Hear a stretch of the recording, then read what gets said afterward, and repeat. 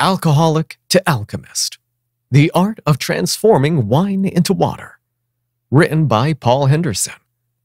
Narrated by Helpful Matthew. The Spirit of Alchemy.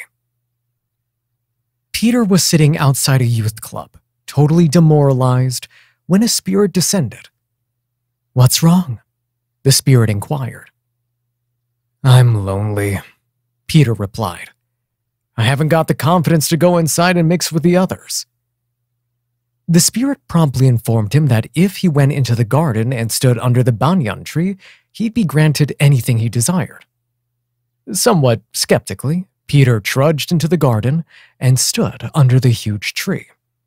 Having heard that alcohol was the antidote to all life's problems, he wished for some beer. In a flash, a crate appeared. He took it to a secluded part of the garden and began to drink. Within a short space of time, his confidence rose and his mood began to lighten. He entered the youth club and mingled easily with his peers. "This is it!" he exclaimed. "Alcohol's what I've been looking for all my life. Let's have another beer." Next morning, Peter's mood was somber once again. The liberating effects of alcohol had worn off, and he felt rough. After some quiet deliberation, he concluded that the desired effects hadn't lasted because the alcohol was in short supply, and the beer wasn't strong enough. Returning to the banyan tree, he wished for a larger supply of stronger alcohol. In a flash, 12 bottles of wine appeared before him. Again, he began drinking, and within an hour, he was frivolous and carefree. For the next few months, the cyclic pattern of feeling rough, drinking, and socializing continued.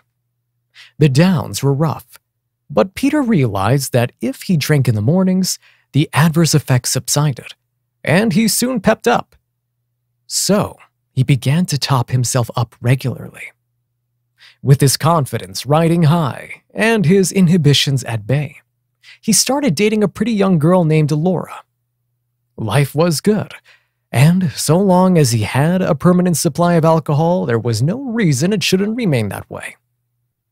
The liberating effects of the wine remained for a few months, but he found himself having to gradually increase his consumption to sustain them. After a few months, his tolerance became so high that it had very little effect. Even after drinking several bottles, he failed to rise above his problems and insecurities. His self-esteem and confidence began to plummet, and he found it difficult to maintain his social persona. He needed a new plan, urgently. Maybe wine is too weak, but spirits are sure to work. He deliberated. Optimistically, he ventured back to the banyan tree. Wish, flash, a crate of whiskey appeared. As he drank it, his problems and insecurities were quickly suppressed, and he felt liberated once again. The years elapsed, and the pattern perpetuated. Drinking whiskey, forgetting his problems, withdrawing, wishing for more whiskey, and getting high again. During this time, Peter's personality started to decline. Continuous drinking not only caused his problems to disappear, but his morals, values, ethics, and standards vanished too. The placid Dr. Jekyll frequently changed into the menacing Mr. Hyde. One minute he was an amicable, sociable person, the next an unpredictable menace. During blackout, he argued and fought with his friends and family, leaving a trail of destruction in his wake. On emerging from these drunken escapades, he had no recollection of what had happened. He was mortified when told of his bizarre and destructive antics. Filled with guilt, remorse, and paranoia, he rushed back to the banyan tree. The only way to escape this unbearable life was to drink himself into oblivion, he deduced. Flash!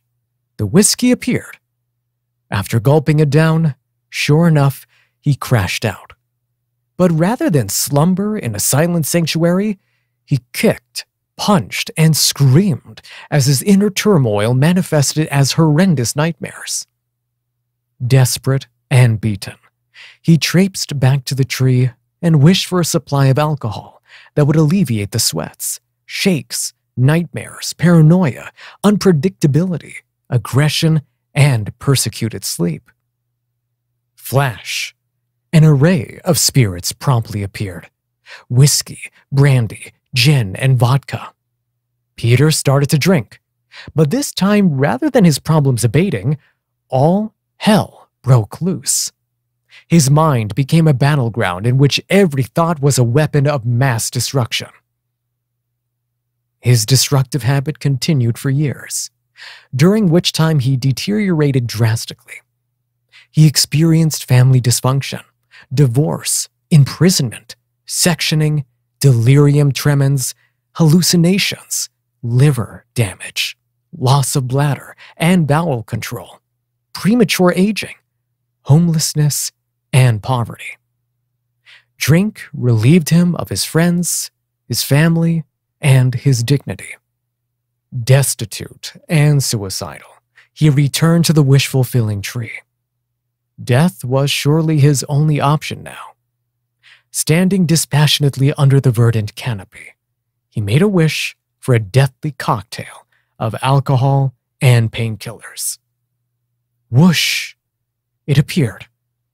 As he gulped it down, a haze descended, and he slipped into a dark abyss. On crossing to the other side, a spirit appeared to greet him. "Remember me?" he asked. "Yes," Peter replied, somewhat agitatedly. "Why did you allow me to destroy my life?" "I simply offered you a choice, dear one. You are in sole control of your life. The faculty of choice is the greatest gift bestowed on the human race. Without it, they would be merely slaves. Your mind is a wish-fulfilling tree, filled with infinite opportunities. Every choice you make is a wish which will be granted. Somewhat misguidedly, you chose alcohol, deeming it to be the magical panacea for all life's problems. But it isn't. Alcohol doesn't cure anything. It simply dulls your conscience and renders your memory inactive. So you temporarily forget about your problems, or simply don't care. But using alcohol to suppress your problems is self-defeating. They don't disappear when you discard them. They build up in your unconscious mind until the pressure gets to such a magnitude that they blow. When this eruption occurs, you and alcohol become incompatible for life. Every subsequent bout leads to dysfunction, a downward spiral to destruction. So what was the solution? What was I supposed to do about my problems? You came here in search of heaven, did you not? Yes. Well, heaven is not a place, my friend. It is a state of mind. By transforming your emotional and mental debris into the treasures of insight, inspiration, fulfillment, and enlightenment, you will enter the kingdom of heaven and access the infinite possibilities it beholds. To succeed in life, you must become like fire. Consume any obstacles that stand in your way and utilize them as fuel for yourself. You have a mission, my friend. Abusive alcohol consumption has now reached pandemic levels on Earth. Your mission is to help alleviate it. Life is precious, Peter. Embrace it. Leave your impression on the world. Go and help these people back to dry land, where they can embrace the wonderful gift of life. Peter looked perplexed. How am I supposed to do that now? I'm dead, he retorted. Every death is simply a rebirth, my friend. As these words reverberated through Peter's mind, the surroundings took on an iridescent glow.